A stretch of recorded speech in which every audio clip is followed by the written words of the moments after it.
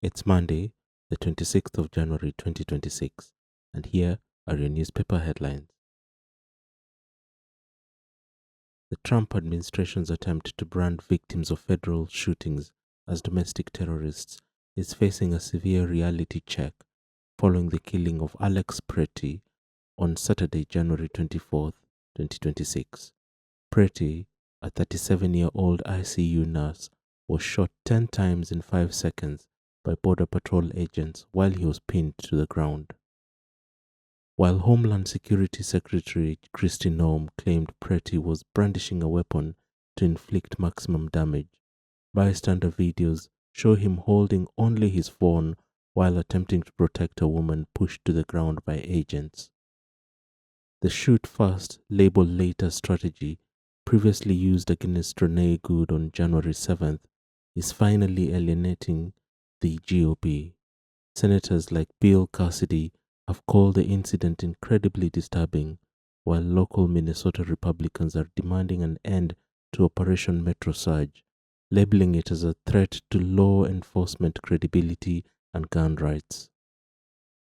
There is growing speculation that this aggressive posture is a deliberate distraction orchestrated by figures like Stephen Miller to steer the narrative away from the recently unsealed Epstein files or to create a national emergency pretext for delaying the 2026 midterms. In a move that has deflated the balloon of hope for many party members, the Labour National Executive Committee voted 8-1 on Sunday, January 25th, to block Greater Manchester Mayor Andy Burnham from standing in the Gorton and Denton by-election. Despite vocal support from Deputy Leader Lucy Powell and from Ed Miliband, Keir Starmer personally led the arguments to block Burnham's Westminster return. The official reason cited the £1 million cost of a mayoral by-election and the risk of losing control of Greater Manchester during a cost of living crisis. Critics like John McDonnell warn that this is a democratic outrage that signals a return to factional groupthink.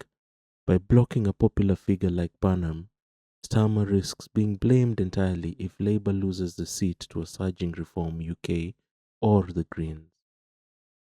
This defensive maneuver suggests a leadership that feels threatened by its own talent, relying on control tactics rather than a transformative agenda to combat dismal poll ratings.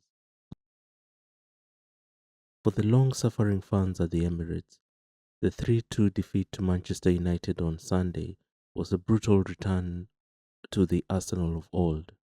Despite an early lead via Lisandro Martinez's own goal, Arsenal's defense collapsed under pressure from Matheus Cunha and Patrick Dogu, ending the Gunners' unbeaten home record. Questions are mounting over Victor Gyökeres. While he leads the league in pressures applied and off-the-ball runs, his finishing has been anemic, with only 5 goals in 20 Premier League matches. Arsenal has managed only 2 points from a possible 9 in the last 3 outings, allowing the chasing pack to close in just as they seemed poised to pull away. We are witnessing a peculiar brand of 2026 chaos.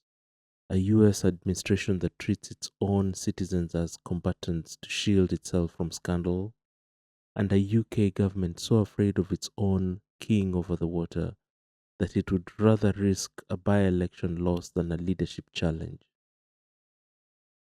When even the Premier League table feels more stable than the global rules-based order, it's time to worry.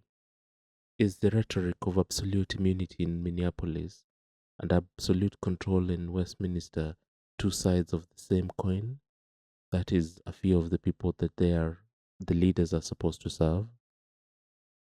Let me know your thoughts below, and don't forget to like the video and subscribe to the channel.